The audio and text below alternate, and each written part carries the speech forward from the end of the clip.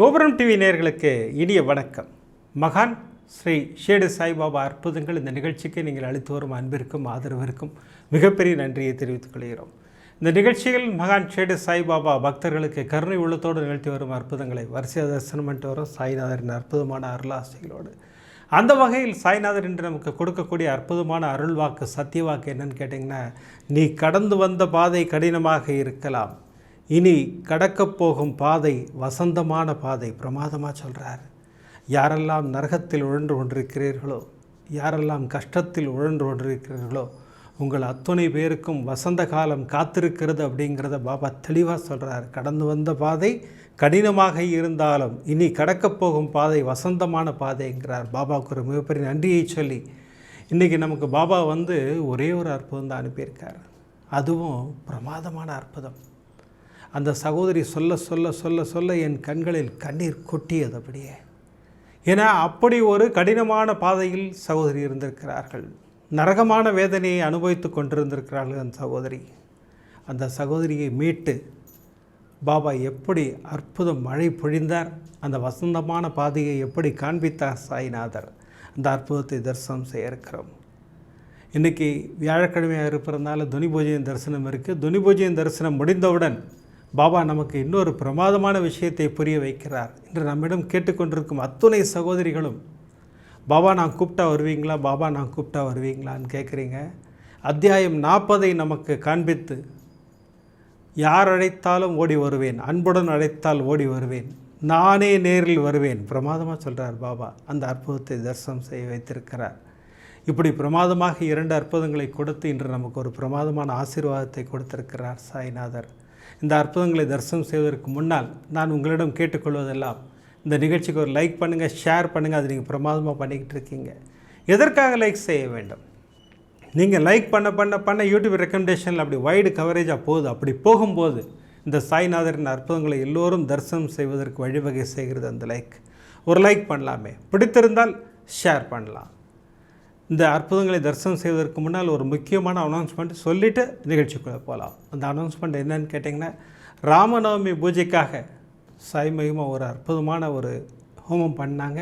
அந்த ஹோமத்தில் நிறைய சகோதரர்கள் பங்கேற்றிருக்கிறீர்கள். உங்களுக்கான பிரசாதம் வரவில்லைன்னு என்கிட்ட ஃபோன் பண்ணிங்க. நான் சாய் மகிமாட்ட பேசினேன். சாய் மகிமா பேக்கிங்கில் இருக்குது சார், நான் கண்டிப்பாக அனுப்பிடுவேன்னு சொல்லியிருக்காரு. பாருங்கள், பார்த்தீங்கனாலே தெரியும், பேக்கிங் நடந்துக்கிட்டு இருக்குது. அற்புதமாக உங்கள் கரங்களுக்கு அந்த பிரசாதங்கள் வந்து சேரும் அப்படிங்கிறத இதன் மூலமாக நான் உறுதிப்படுத்துகிறேன். வாங்க இப்போ நம்ம இந்த பிரமாதமான அற்புதத்தை தரிசனம் செய்வோம். எந்த ஒரு கஷ்டமாக இருந்தாலும், எந்த ஒரு இக்கட்டாக இருந்தாலும், பாபாவின் பாதங்களை அப்படி கெட்டியாக பிடித்து கொள்ளும்போது அவர் வருவார், நமக்கு வசந்த காலத்தை காட்டுவார் அப்படிங்கிறத சகோதரின் அற்புதத்தின் மூலம் நமக்கு நிரூபித்திருக்கிறார். உண்மையிலேயே என் கண்களில் கண்ணீரை வர வைத்த ஒரு, அதாவது அற்புதம்னு சொல்லக்கூடாது, அது பாபாவின் கருணை, பயங்கரமான கருணை, அற்புதமான கருணை. அந்த கருணையை நம்ம எல்லாருமே தரிசனம் பண்ணணும். இதன் மூலம் பல சகோதரிகளுக்கு வெளிச்சம் கிடைக்கும்ங்கிற நம்பிக்கை வரும், சத்தியமாக வரும். வாங்க அந்த பிரமாதமான நிகழ்வை நம்ம தரிசனம் செய்வோம். அற்புதமான குடும்பம், அப்பா அம்மா சகோதரி எல்லாம் இருக்காங்க. நாட்கள் பிரமாதமாக போயிட்டுருக்கு. சகோதரி கல்லூரி படிப்பை முடித்து விட்டார்கள். அழகான சகோதரி, அறிவான சகோதரி, எல்லோரிடமும் அன்புடன் பாசத்துடன் பேசக்கூடிய சகோதரி. இந்த குவாலிட்டிஸ் தான் கல்யாணத்துக்கு பிறகு அவருக்கு எதிரியாக மாறியது. அவரை கணவர் வெறுத்து ஒதுக்குவதற்கு காரணமாக அமைந்ததே இந்த 3 விஷயங்கள் தான். நீ அழகாக இருக்க, அறிவாக இருக்க, எல்லார்ட்டையும் நல்லா பழகிற, அதுதான் கணவருக்கு பிடிக்காமல் போயிடுச்சு. என்ன நடந்தது வாங்க தரிசனம் பண்ணுவோம். சகோதரிக்கு மாப்பிள்ளை பார்த்துக்கிட்டு இருக்காங்க திருமணத்திற்காக. ஒரு குடும்பம் அப்ரோச் பண்ணுறாங்க. உங்கள் வீட்டில் பொண்ணு இருக்குதுன்னு நாங்கள் கேள்விப்பட்டோம் அப்படின்னாங்க. மாப்பிள்ளையை பார்க்கிறார்கள்.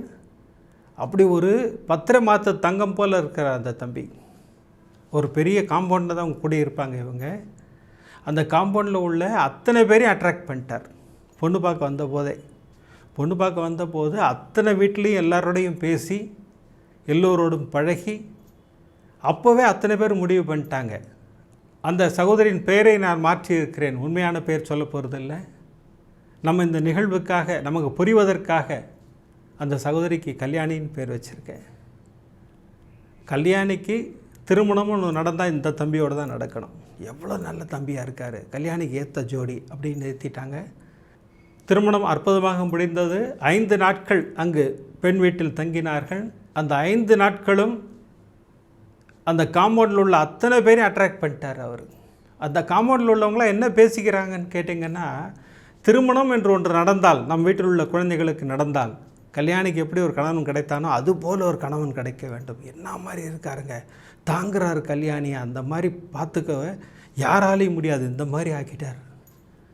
அற்புதமாக 5 நாட்கள் ஓடியது. இப்போ கிளம்பி வடநாட்டுக்கு போகிறாங்க. அங்கே தான் தங்கியிருக்காங்க. அங்கே ட்ரெயினில் போகும்போதே அவருடைய சுயரூபம் வெளுக்கத் தொடங்கியது. எதெல்லாம் சகோதரிக்கு ப்ளஸ்ஸாக இருந்ததோ இப்போ அதை சொல்லியே அவர் மட்டம் தட்டுறார். நீ அழகாக இருக்கேன்னு திமிரு பிடிச்ச மாதிரி இருக்கல்ல அப்படிங்கிறார். ஆரம்பத்தில் சகோதரி நினச்சாங்க ஏதோ காமெடி பண்ணுறாருன்னு நினச்சாங்க. இல்லை, அதான் உண்மையான ஸ்வரூபம். நீ ரொம்ப அறிவாக பேசுகிற மாதிரி இருக்கல்ல, இந்த மாதிரி அவளை மட்டம் தட்டியே பேசிக்கிட்டு இருக்கார். ட்ரெயின்லேருந்தே ஆரம்பிச்சிட்டார். வீட்டுக்கு போனதிலிருந்து பயங்கரமான நரகத்தை அனுபவிக்க தொடங்கினார்கள் சகோதரி கல்யாணி. ஐயோ ஏமாந்துட்டோமே, நம்ம மாட்டிக்கிட்டோமே நினைக்கிற அளவுக்கு போயிட்டாங்க. தொடர்ந்து அந்த கொடூரமான தாக்குதல்லாம் நடக்க ஆரம்பிச்சது. நீ அழகாக இருக்கேன்னு தானே திமிராக இருக்க, பாரு ஒரு நாள் உன் அழகாக அழிச்சிடுறேன். இந்த மாதிரிலாம் யாராவது பேசுவாங்களா? சினிமாவில் வில்லன் பேசி கேள்விப்பட்டிருக்கோம், கணவன் பேசி நம்ம யாராவது பார்த்துருக்கோமா? அதாவது எது சகோதரிக்கு ப்ளஸ்ஸாக இருந்ததோ அத்தனை இப்போ மைனஸ் ஆகிடுச்சு. கணவன் அப்படி ஒரு கொடூரமான கணவனாக இருக்கிறார். இப்படி நாட்கள் நகர்ந்து போயிட்டுருக்கு. சகோதரி தாய்மை பரிசை பெறுகிறார்கள். ஸோ தம்பதிகளை பார்ப்பதற்காக கல்யாணி வீட்டிலேருந்து அப்பா அம்மா வராங்க. அவங்க வீட்டுக்குள்ளே நுழையும் போதே கணவர் அப்படியே அந்த அந்நியன் படத்தில் இந்த அம்பி மாறி அந்த மாதிரி அந்த ரோபோ மாறுவாங்க பாருங்கள், அந்த மாதிரி மாறி அந்த பழைய நாகராஜாவாக மாறிவிட்டார். அவர் பேர் நாகராஜ், அவர் பேர் நாகராஜாகவே மாறிவிட்டார். அப்படி தாங்குறார் கல்யாணியை. கல்யாணி அந்த அப்பா அம்மா உருகிட்டாங்க. எப்படி ஒரு மாப்பிள்ளை பொண்ணு குழந்தை உண்டாயிருக்கான்னு எப்படி தாங்குறாரு அப்படின்னு நினச்சாங்க. அத்தனை நடிப்புங்கிறது கல்யாணிக்கு மட்டும்தான் தெரியும், அந்த பெற்றோருக்கு தெரியாது. கல்யாணிக்கு ஆதரவு யார் தெரியுங்களா? அவங்க வீட்டில் இருக்கக்கூடிய அந்த ஒரு பாபாவின் படம். எதுவாக இருந்தாலும் நேராக பாபாட்ட போய் தான் சொல்லுவாங்க, பாபா எந்த கர்மா என்னை தாக்கினாலும் என்னை நீங்கள் காப்பாற்றி கரையேற்றுங்கள், நீங்கள் இருக்கிறதுனால தான் நான் இங்கே இருக்கேன் அப்படின்னே சொல்லிக்கிட்டே இருப்பாங்க. இப்போ அப்பா அம்மா கிளம்பி போனாங்க. அடுத்து நாகராஜ், அதாவது மாப்பிள்ளையோட அப்பா அம்மா வராங்க. அப்போவும் அதே நாடகம், அதே மாதிரி இருக்கார். அப்படி தாங்குறார் மனைவியை. அவங்க அப்பா அம்மாவும் வியந்து போயிட்டாங்க, என்னடா நம்ம பையன் இவ்வளோ பிரமாதமாக இருக்கானேன்னு நினச்சாங்க. அதுவும் கடந்தது. குழந்தை பிறந்தது. குழந்தை லட்டு மாதிரி அவ்வளோ அழகாக இருக்குது. அதுவும் இங்கே மைனஸ் ஆகிடுச்சு. நீயும் அழகாக இருக்க, உன் குழந்தையும் அழகாக இருக்குது. பாருங்கள் என்ன வார்த்தை யூஸ் பண்ணுறாரு பாருங்கள். நீயும் அழகாக இருக்க, உன் குழந்தையும் அழகாக இருக்குது, நான் மட்டும்தான் சுமாராக இருக்கேன் அப்படின்னு சொல்லிட்டு அங்கும் சகோதரிக்கு தாக்குதல் நடக்குது. அடி தான் சகோதரிக்கு, எப்போ பார்த்தாலும் அடி. எதையாவது சொல்லி அடிக்கிறது சகோதரியை. இந்த நரகத்திலிருந்து நான் எப்படி வெளியே வரப்போகிறேன் அப்படின்னு சொல்லி சகோதரி ஒரு நாளும் பாபாவை வேண்டிக் கொண்டே இருப்பார்கள். இந்த தாக்குதலுக்கெல்லாம் உச்சமான ஒரு விஷயம் நடந்தது. அந்த குழந்தையும் அடிக்க ஆரம்பித்தார். அதற்கு அடுத்து ஒரு கணவன் பெண்ணை பார்த்து கேட்கக்கூடாத ஒரு கேள்வியை கேட்டார். உண்மையை சொல்லி, இது உனக்கும் எனக்கும் தான் பிறந்ததா? இந்த வார்த்தை யூஸ் பண்ணோடனே சகோதரி கதறிட்டாங்க. இனிமேல் ஒரு நிமிஷம் கூட இவங்க கூட வாழக்கூடாது, கிளம்ப வேண்டியதான் அப்படின்னு சொல்லிவிட்டு அவரிடம் சொல்லிவிட்டு எங்கள் அப்பா அம்மா வீட்டுக்கு போகிறேன் அப்படின்னு சொல்லிட்டு கிளம்பி நேர அப்பா அம்மா வீட்டுக்கு வந்துட்டாங்க. அப்பா அம்மா வீட்டுக்கு வந்தோடனே எங்கள் அப்பா அம்மா ரொம்ப வரவேற்பு, அப்படி சூப்பராக வரவேற்றாங்க. அழுது கொண்டே மொத்தத்தையும் சொல்கிறா கல்யாணி. ஆனால் அவங்க யாரும் நம்புவதற்கு தயாராக இல்லை. ஏன்னா அந்த அளவுக்கு அவங்க முன்னாடி நடிச்சிருக்கார் அவர். சகோதரிக்கு என்ன பண்ணுறதுனே தெரியல.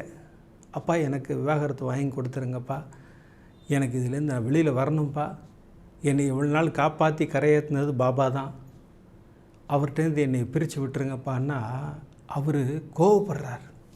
ஒரு அற்புதமான மாப்பிள்ளையை பிரிஞ்சு வாழணுங்கிறியே, நீ கொஞ்சம் பேசுகிற டைப்பு, நீ ஏதோ பேசியிருக்க, அதனால தான் பிரச்சனை வந்திருக்கு. இந்த மாதிரி தான் தன்னுடைய பெண்ணை தான் குறை சொன்னார்களே தவிர மாப்பிள்ளையை அவங்க ஒரு குறையாக பார்க்கவே இல்லை. 2 நாள் ஆச்சு. 3வது நாள் அந்த பையன் வந்துட்டார், நாகராஜ் வந்துட்டார். என்னுடைய மனைவி குழந்தைகளை பார்க்காமல் இருக்க முடியலன்னு அழுவுறார் வீட்டு வாசலில். அப்போ இவங்க வீட்டுக்காரங்களாம் சொல்கிறாங்க, இப்படி ஒரு பையனை போய் நீ குறை சொல்லியிருக்கே, வாப்பா உள்ளே வாப்பா உள்ளே வாப்பா, உன் மனைவி உன் குழந்தை ஒரு வந்ததுக்கு ஒரு 3 நாள் இருந்துட்டு நீ அவங்களை கூட்டிகிட்டு போ அப்படின்னாங்க. சகோதரிக்கு தூக்கி வாரி போட்டது, என்னடா அது அப்பா இந்த மாதிரி சொல்கிறாருன்னு சொல்லிட்டு. அதற்கு மேல் அங்கே இருக்க சகோதரிக்கு விருப்பம் இல்லை. கிளம்புனாங்க. கிளம்பி எங்கே போகிறோன்னு கூட சொல்லாமல் குழந்தையும் தூக்கிட்டு கிளம்பிட்டாங்க. இப்போ அந்த பையன் யாருக்கோ ஃபோன் பண்ணுறான். சகோதரி கிளம்பி போன இடம் பாபாவின் ஆலயம். படிக்கிற காலத்துலேருந்து ரெகுலராக ஒரு பாபா ஆலயத்திற்கு போவாங்க. அந்த ஆலயத்தில் போய் உட்காந்துட்டாங்க. பாபா முன்னாடி உட்காந்து கண்ணீர் விட்டு கதறி எல்லாத்தையும் சொல்கிறாங்க பாபாட்ட. பாபா, இந்த நரகத்திலிருந்து என்னை காப்பாற்றி கரையேற்றுங்கள் பாபா, உங்களால் தான் முடியும் அப்படின்னு சொல்லிக்கிட்டு இருக்கும்போதே சகோதரியின் தோள்களில் ஒரு கரம் அப்படி அமுக்குகிறது. சகோதரி அப்படி தலையை தூக்கி பார்க்குறாங்க. பார்த்தா அவங்க தூரத்து உறவினர். ஏம்மா கல்யாணி, ஏன் எதனால் அழுதுகிட்டு இருக்க? நீ நல்லா இருக்கிறத அவங்க அப்பா அம்மா சொன்னாங்களே என்ன? இல்லை, அத்தனை நாடகம் அப்படின்னு சொல்லிட்டு மொத்த கதையும் சொல்கிறாங்க. நீ பாபாட்ட சொல்லிட்டே இல்லை, அவர் உன்னை அந்த நரகத்திலிருந்து மீட்டெடுப்பார். அந்த சகோதரி சொன்னாங்க. அவங்க அந்த ஆலயத்தில் கொஞ்சம் இன்ஃப்ளூயன்ஸ் பர்சன். அவங்க நேராக பாபாட்ட கூட்டிகிட்டு போனாங்க. நீ பாபாவின் பாதத்தில் விழுந்து வணங்குனாங்க. பாபா வணங்கினாங்க. பாபா உனக்கும் குழந்தைக்கு பிரசாதம் வாங்கி தரேன்னு சொல்லிட்டு பிரசாதம் வாங்கி கொடுத்தாங்க.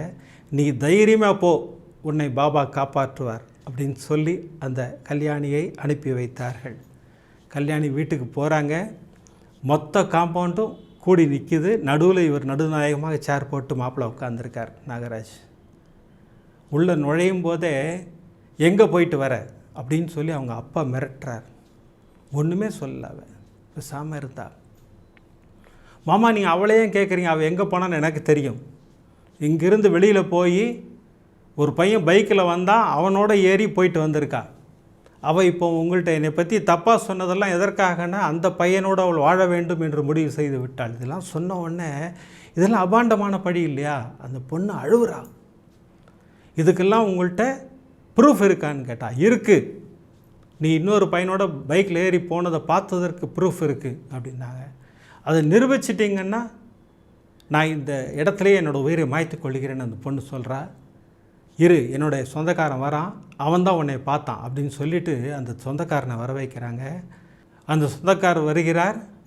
சொந்தக்காரரை பார்த்து நாகராஜ் கணவர் கேட்குறாரு, இந்த வீட்டிலேருந்து வெளியில் போனது இந்த பொண்ணு தானே, இன்னொருத்தர் கூட பைக்கில் ஏறி போனது இந்த பொண்ணு தானே அப்படின்னு கேட்கும்போது அந்த சொந்தக்காரர் இல்லைன்னு மறுத்துட்டார். இல்லை, இந்த பொண்ணு கிடையாது, முதல்ல அந்த பொண்ணோட கையில் குழந்தையே கிடையாது அப்படின்னாரு. இப்போ தான் அத்தனை பேருக்கும் ஒரு உண்மை தெரிகிறது. இவன் ஏதோ பிளான் பண்ணி நம்ம பொண்ணை ஏதோ அராஜகம் பண்ணுறான் அப்படின்னு மொத்த பேரும் புரிஞ்சுக்கிறாங்க. அப்போ நீ எங்கே போன சொல்லு அப்படின்னு எல்லாரும் அவளை மிரட்டுறாங்க. கரெக்டாக அந்த சொந்தக்கார லேடி பாபா கோயிலில் பார்த்தாங்க இல்லையா, அந்த அம்மா வர்றாங்க. அந்த அம்மா நான் சொல்கிறேன் அப்படின்னு சொல்லிட்டு அவங்க உள்ளே வந்தாங்க. அவள் இருந்தது 2 மணி நேரம் பாபா ஆலயத்தில். கண்ணீர் விட்டு கதறி பாபாவிடம் பேசி கொண்டிருந்தாள். இவன் பண்ண அத்தனை கொடுமையும் பாபாட்ட சொல்லியிருக்கா. பாபா அவளுக்கு நிச்சயமாக அவள்கிட்டருந்து விடுதலை வாங்கி கொடுப்பாருன்னு சொல்லி அந்த அம்மா சொல்கிறாங்க. அவங்க அப்பாவை பார்த்து சொல்கிறாங்க, முதல்ல குழந்தைங்க சொல்கிறத நம்புங்க, நம்ம வீட்டு பெண்கள் பொய் சொல்ல மாட்டார்கள் என்ற நம்பிக்கைக்கு வாருங்கள், இவன் பண்ணது அத்தனையும் அராஜகம் அப்படின்னாங்க. அப்போ அந்த பையன் அவங்க முன்னாடியே சொல்கிறான், இவ அழகாக இருக்கா, இவ குழந்தை அழகாக இருக்குது, அப்போ இந்த குழந்தை எனக்கு பிறந்துதான் அந்த பொண்ணுகிட்ட கேளுங்க அப்படிங்கிறான். அத்தனை பேருக்கும் கோவம் வந்துருச்சு. அடி வெளுத்துட்டாங்களாம் அத்தனை பேரும். வெளுத்து, ஏன்டா என் முன்னாடியே என் பொண்ணை தப்பாக பேசுகிறியா நீ, அப்போ நீ எவ்வளோவெல்லாம் அராஜகம் பண்ணியிருப்ப, என் பொண்ணு சொன்னது அத்தனையும் உண்மை தான், முதல்ல உங்கள்கிட்டேருந்து விவாகரத்து வாங்குகிறோம், நீ முதல்ல வெளில போ அப்படின்னு சொல்லிட்டு அவன்கிட்ட கையெழுத்து வாங்கிட்டு அங்கேருந்து அந்த பையனை அடித்து விரட்டியிருக்காங்க. அப்போ அந்த சொந்தக்கார லேடி வந்தாங்க இல்லையா, அவங்க சொன்னாங்க, எனக்கு தெரிஞ்ச ஒரு பையன் இருக்கான், அற்புதமான பையன், எனக்கு கல்யாணி பற்றி தெரியும், நான் அந்த பையன்கிட்ட கல்யாணி பற்றி பேசுகிறேன், ஒரு குழந்தையோடு இருக்கும் இவளை ஏற்றுக்கொண்டு அவளுக்கு நல்வாழ்வு கொடுக்க வேண்டும் அப்படின்னு சொல்லிட்டு நான் அவன்கிட்ட கேட்குறேன், நிச்சயமாக நல்வாழ்வு கிடைக்கும்னாங்க. இன்றைக்கி அந்த பையன் அற்புதமாக கல்யாணியை திருமணம் செய்து கொண்டு கல்யாணி இன்றைக்கி அற்புதமாக இருக்கிறார். சாய்நாதர் அந்த நரகத்திலிருந்து கல்யாணியை காப்பாற்றி அற்புதமாக வாழ்வு கொடுத்திருக்கிறார். இன்றைக்கி இந்த அற்புதத்தை எதுக்காக சொல்ல வச்சுருக்காருன்னு எனக்கு தெரியாது. எனக்கு எத்தனை சகோதரிகள் இதுபோல் நரகத்தில் உழண்டு கொண்டிருக்கிறீர்கள் என்பது பாபாவுக்கு தெரியும். உங்கள் கர்மா அப்படி துவம்சம் பண்ணுவார், எல்லாத்தையும் தொடைத்தறிவார் சாய்நாதர். அந்த கர்மாவிலிருந்து உங்களை கரையேற்றி உங்களுக்கு அற்புதமான வசந்தமான வாழ்வை அருள்வார் என்பது சத்தியமான உண்மை. அத்துணை பேரும் நம்பிக்கையோடு காத்திருங்கள், உங்கள் வாழ்வு மலரும், அற்புதமாக இருக்கும் என்பது சத்தியமான உண்மை இல்லையா? இந்த பிரமாதமான அற்புதத்தை நமக்கு அனுப்பி வைத்த ஒரு சகோதரி, ஆனால் யார் பேரும் சொல்லாதீங்கன்னா நானும் கேட்கவே இல்லை, யாருடைய பேரையுமே கேட்கவில்லை. நான் இப்போ இந்த நிகழ்வுக்காக உங்களுக்கு அந்த 2 பேரையும் மாற்றி சொன்னேன். உண்மையிலே அவங்க பேர் என்னன்றது எனக்கு தெரியாது. அந்த சகோதரி பிரமாதமாக இருக்கணும், அந்த குழந்தை அற்புதமாக இருக்க வேண்டும். இதுபோல் நரகத்தில் உழந்து கொண்டிருக்கும் அத்துணை பேருக்கும் சாய்நாதர் விடுதலை கொடுக்க வேண்டும். இன்றைக்கி தேங்க்ஸ் கிவிங் டே, அவர்கிட்ட நம்ம எந்த கோரிக்கையும் வைக்கக்கூடாதுன்னு இருக்கிறோம். இன்றைக்கி பாபாவுக்கு தேங்க்ஸ் பண்ணி ஒரு லெட்டர் வைக்க போகிறேன். அது என்னன்னு கேட்டிங்கன்னா, இதுபோல் நரகத்தில் விழுந்து கொண்டிருக்கும் அத்துணை சகோதரிகளையும் காப்பாற்றி கரையேற்றியதற்கு நன்றின்னு சொல்லி பாபாவுக்கு ஒரு தேங்க்ஸ் லெட்டர் வைக்க போகிறோம் இன்றைக்கி நம்ம இல்லையா? அது செய்யலாம் இல்லையா? பாபாவுக்கு நன்றி சொல்லி கடிதம் வைக்கலாம் இல்லையா? எல்லாத்தையும் முடிச்சு கொடுத்துட்டீங்க பாபான்னு சொல்லலாம் இல்லையா? இன்றைக்கி அதை நம்ம செய்வோம், நம்ம எல்லாருமே செய்வோம். யாரெல்லாம் பிரச்சனையில் இருக்கீங்களோ உங்களுடைய பிரச்சனைகள் முடிவுக்கு வந்து விட்டதுன்னு ஒரு கடிதம் எழுதி பாபாவுக்கு வைங்க. யாரெல்லாம் கஷ்டத்தில் இருக்கிறீர்களோ என்னுடைய கஷ்டங்கள் முடிவுக்கு வந்து விட்டது, நன்றி பாபான்னு சொல்லி பாபாவுக்கு ஒரு தேங்க்ஸ் லெட்டர் எழுதி வைங்க. யாரெல்லாம் நரகத்தில் உழண்டு கொண்டிருக்கிறீர்களோ நீங்கள் அத்துணை பேரும் என்னை காப்பாற்றியதுக்கு நன்றின்னு சொல்லி பாபாவுக்கு ஒரு தேங்க்ஸ் லெட்டர் எழுதி வைங்க. பாபா நிச்சயமாக அருளாசிகளை வழங்குவார் என்பது சத்தியமான உண்மை. இப்படி பிரமாதமான அற்புதத்தை கொடுத்த சாய்நாதருக்கு நன்றி சொல்லி, இன்றைக்கி வியாழக்கிழமையாக இருப்பதனால துனிபூஜையின் தரிசனம் இருக்கிறது. அற்புதமாக துனிபூஜையின் தரிசனத்தை பெற்றுக்கொண்டு பாபா நமக்கு இன்னொரு விஷயத்தை இன்று உணர்த்த இருக்கிறார். அது என்னன்னு கேட்டிங்கன்னா, நீ அழைத்தால், அன்புடன் அழைத்தால் மறுநொடி அங்கு நான் இருப்பேன், நேரடியாக நானே வருவேன்கிறார் சச்சரிதமில் இல்லையா? அத்தியாயம் 40 தெளிவுபடுத்துகிறார் நமக்கு. அந்த அத்தியாயம் 40 மம்லத்தார் பிவி தேவ் வீட்டில் நடந்த ஒரு அற்புதமான ஒரு விஷயத்தை நமக்கு சொல்ல வருகிறார் சாய்நாதர். அந்த அற்புதத்தை நம்ம இந்த துனிபூஜையின் தரிசனத்துக்கு பிறகு நம்ம தரிசனம் செய்ய இருக்கிறோம்.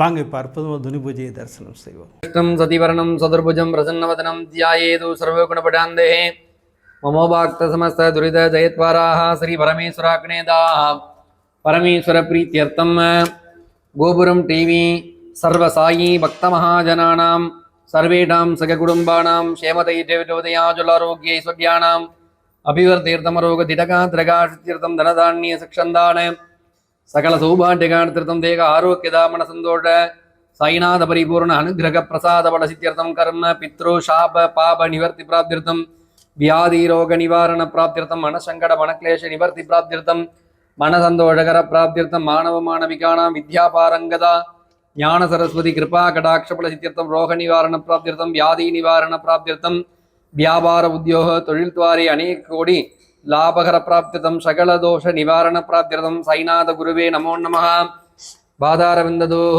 சதாநாமத்யே கரிஷ்யாமः மூலாதிவாசாத் சுதாஸ்ராவிணம் திக்தமப்ய பிரியம் தம்ம தரும் கல்பவருக்ஷாதிகம் சாதயந்தம் நமாமீஸ்வரம் சத்குரும் சாயிநாதம். ஓம் காம் சாயிநாதாய நமः. ஓம் லக்ஷ்மீநாராயணாய நமः. ஓம் கிருஷ்ணராம சிவ மாருத்யாதிரூபாய நமः. ஓம் சேஷ சாயினே நமः. ஓம் கோதாவரி தட சிரடி வாசினி நமः. ஓம் பக்தஹிருதாலதாத நமः. ஓம் சர்வகிருத்வாசினி நமः. ஓம் பூதாவாசாத நமः. ஓம் பூத பவிஷ்யத் பவர்ஜிதாத நமः. ஓம் காலாதீதாத நமः. ஓம் காலாத நமः. ஓம் காலகாலாத நமः. ஓம் காலதர்ப்பதமனாத நமः. ஓம் மிருத்யுஞ்சயாத நமः. ஓம் அமர்த்தியாய நமः. ஓம் மிருதியாபய பிரதாத நமः. ஓம் ஜீவாதாராய நமः. ஓம் சர்வாதாராத நமः. ஓம் பக்தாவன சமர்த்தாத நமः. ஓம் பக்தாவன பிரதிஞாத நமः. அன்னவஸ்ரதாத நமः. ஓம் ஆரோக்கியமதாத நமः. ஓம் தனமாங்கல்ய பிரதாத நமः. ஓம் ருத்திஷிதிதாத நமः. ஓம் புத்திரமித்திரகலத்திரபந்துதாத நமः. ஓம் யோகேஷ மகாத நமः. ஓம் ஆபத்பாந்தவாத நமः. மார்கபந்தவே நமः. ஓம் முக்தி முக்திஸ்வர்கா பௌர்கதாத நமः. ஓம் பிரியாத நமः. ஓம் பிரீதிவர்தனாத நமः. ஓம் அந்தர்யாமினே நமः. ஓம் சச்சிதாத்மே நமகாவும் அனந்தாத நமகாவும் ஆனந்தாத நமகாவும் பரமேஸ்வராத நமகாவும் பரபிரம்மணே நமகாவும் பரமாத்மனே நமகாவும் பரமசுகதாத நமகாவும் பரமேஸ்வராத நமகாவும் ஞானஸ்புரவினே நமகா ஜெகதபத்ரே நமகாவும் பக்தானாம் மாத்ருதாத்ரு பிதாமகாத நமகா பக்த அபயப்பிரதாத நமகா பக்தபராதிநாத நமகாவும் பக்தானுகிரக காதராத நமகாவும் சரணாகதவஸ்தலாத நமகா பக்தி சக்தி பிரதாத நமகாவும் ஞான வைராக்கியதாத நமகாவும் பிரேமப்பிரதாத நமகாவும் சம்சய கிருதய துர்பல்ய பாப கர்ம வாசனாட்சேகராத நமகா சாய்நாத குருவே நமோ நமஹ அநேக கோடி பிரார்த்தனாஞ்சலிம் சமர்ப்பஜாமி. ஓம் சிரடி பிரவாசினம் கருணாமூர்த்தி சுரபம் சர்வரோக தோஷ நிவாரணம் சிரடி சாயிநாதன் தரிசனம் திரியம்பகம் யஜாமகே சுகந்திம் புஷ்டிவர்தனம் குருபாரக விவந்தனா மிருத்யோர்முக்ஷீய மாமிருதாத் தனம் தானியம் வசும் பகவத்ரலாபம் சதசம் ஸ்தரம் தீர்க்கமாயுः தீர்க்காயுஷ்யமஸ்து. ராஜாய பிரதேகதாகினே மம வஜம்பைः ஸ்ரவணாஜ குருமஹே சமே காமான் காமகாமாஜமக்யம் காமேஸ்வரோகை ஸ்ரவணோ ததாது குபேராஜவை ஸ்ரவணாஜ மகாராஜாஜ நமஹ. சிரடிவாசாஜ வித்மஹே சச்சிதானந்தாஜ தீமஹே தன்னோ சாயி பிரஜோதயாத். சச்சிதானந்த சத்குரு சாய்நாத் மகாராஜ் கி ஜெய். பாபா ஆசீர்வாதம் பண்ணிட்டீங்களா? அதுக்குள்ள அனைவருக்கும் ஞான சாய்பாபாவின் ஆசீர்வாதம் பரிபூரணம். எல்லா வளமும் நலமும் பெற்று வாழ்க வளமுடன்.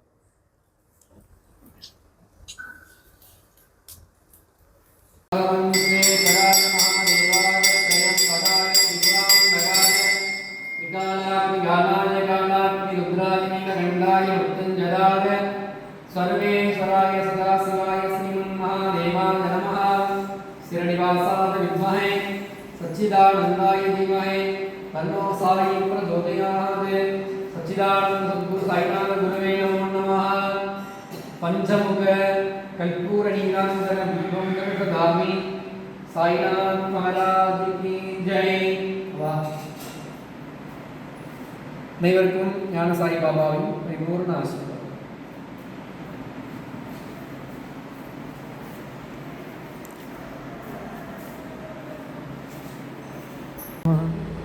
श्री साई नमो नमः.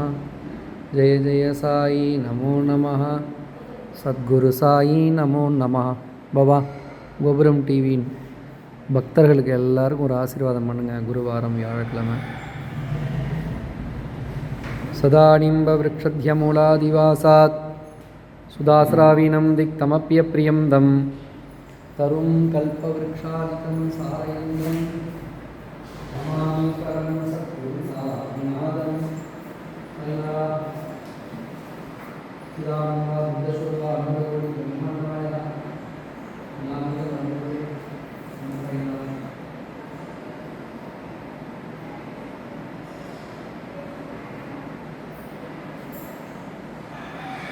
साईनाथ महाराज की जय. साईनाथ महाराज की जय.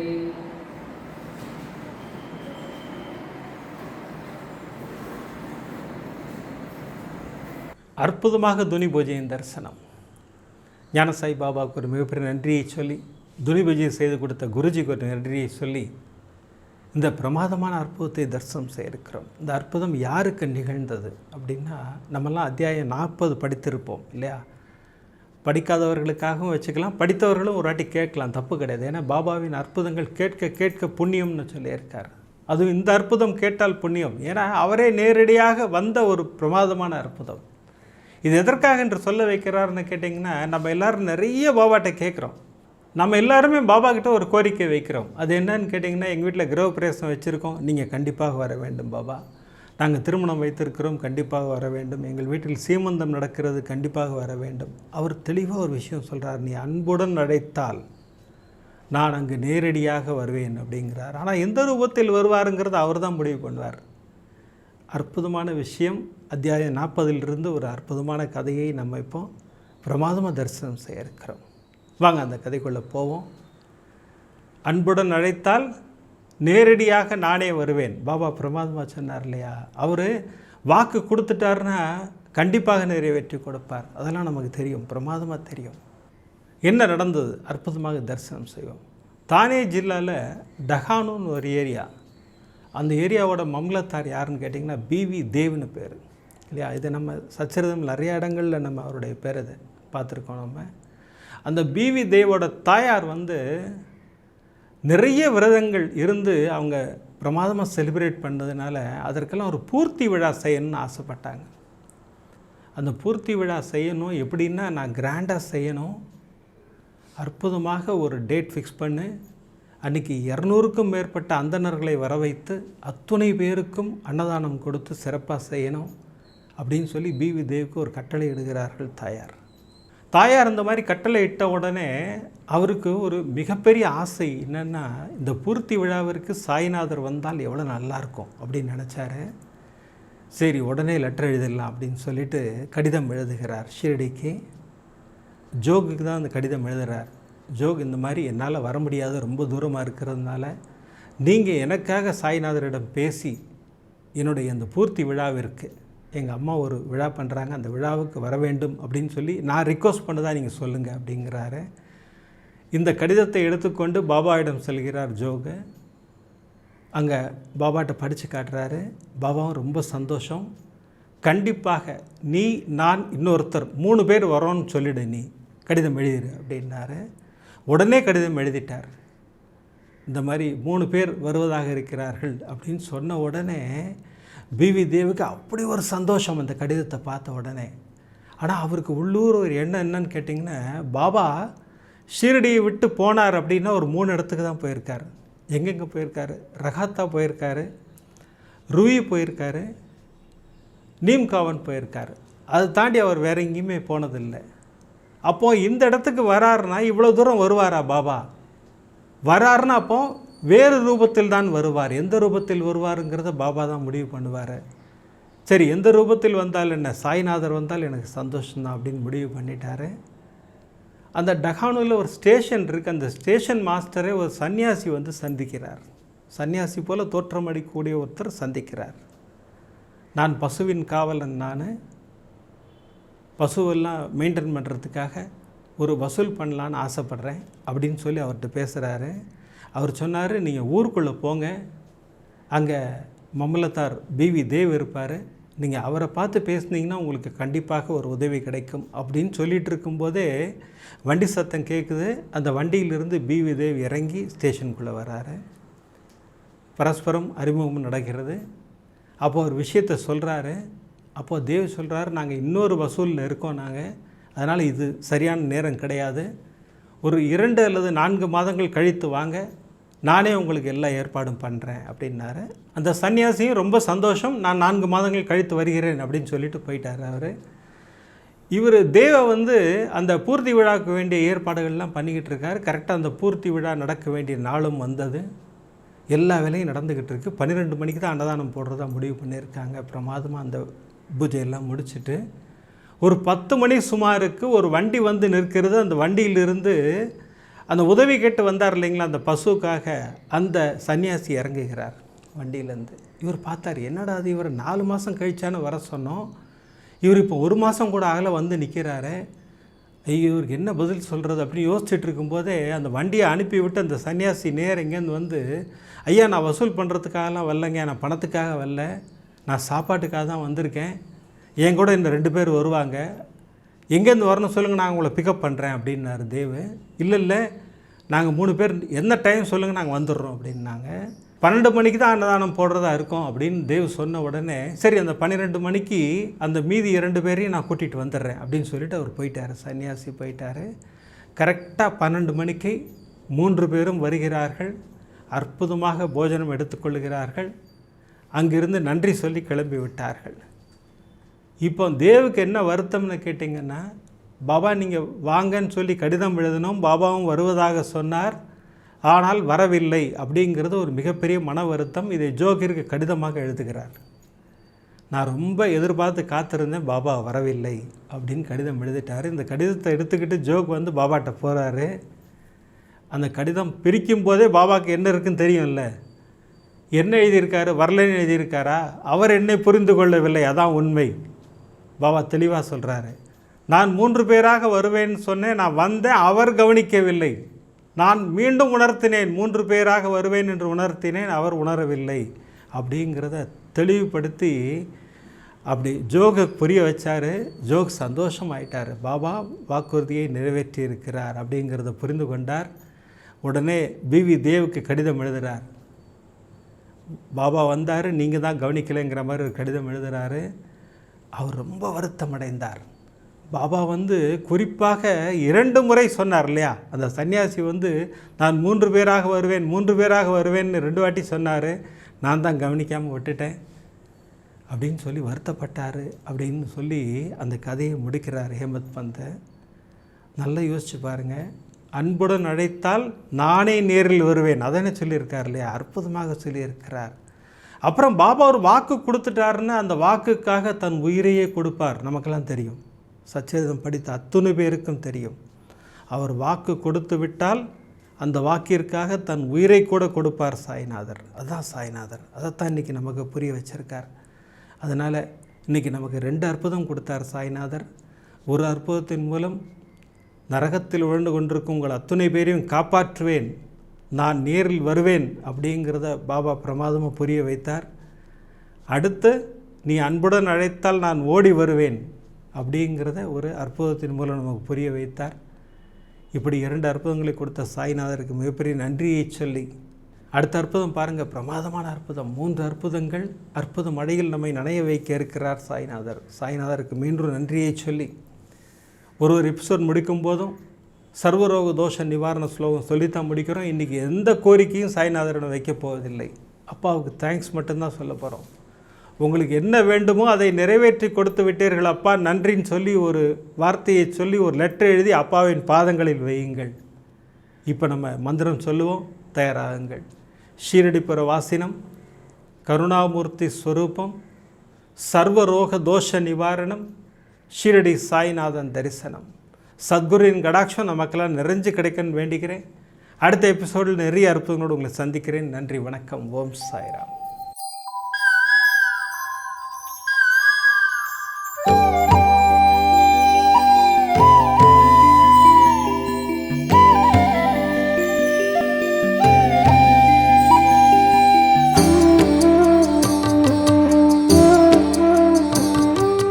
விதம் விதமான பக்தி நிகழ்ச்சிகளை உங்களுக்காக தந்து கொண்டிருக்கிறது உங்கள் கோபுரம் டிவி. உங்களுக்கு பிடித்த நிகழ்ச்சிகளை லைக் செய்யுங்கள், உங்களுக்கு பிடித்த மாணவர்களுக்கு ஷேர் செய்யுங்கள். மேலும் சப்ஸ்கிரைப் செய்வதோடு மட்டுமல்லாது அருகில் இருக்கும் பெல் பட்டனை கிளிக் செய்து கோபுரம் டிவி நிகழ்ச்சிகளை உடனுக்குடன் தெரிந்து கொள்ளுங்கள். மற்றும் ஒரு மகிழ்ச்சியான செய்தி, கோபுரம் டிவி ஆப்பை கூகுள் பிளே ஸ்டோரில் ஃப்ரீ டவுன்லோட் செய்து கோபுரம் டிவி நிகழ்ச்சிகளை தொடர்ந்து கண்டுகளியுங்கள், பாருங்கள், ரசியுங்கள், பரவசமடையுங்கள். கோபுரம் டிவி.com. பக்தி பக்திமயம்.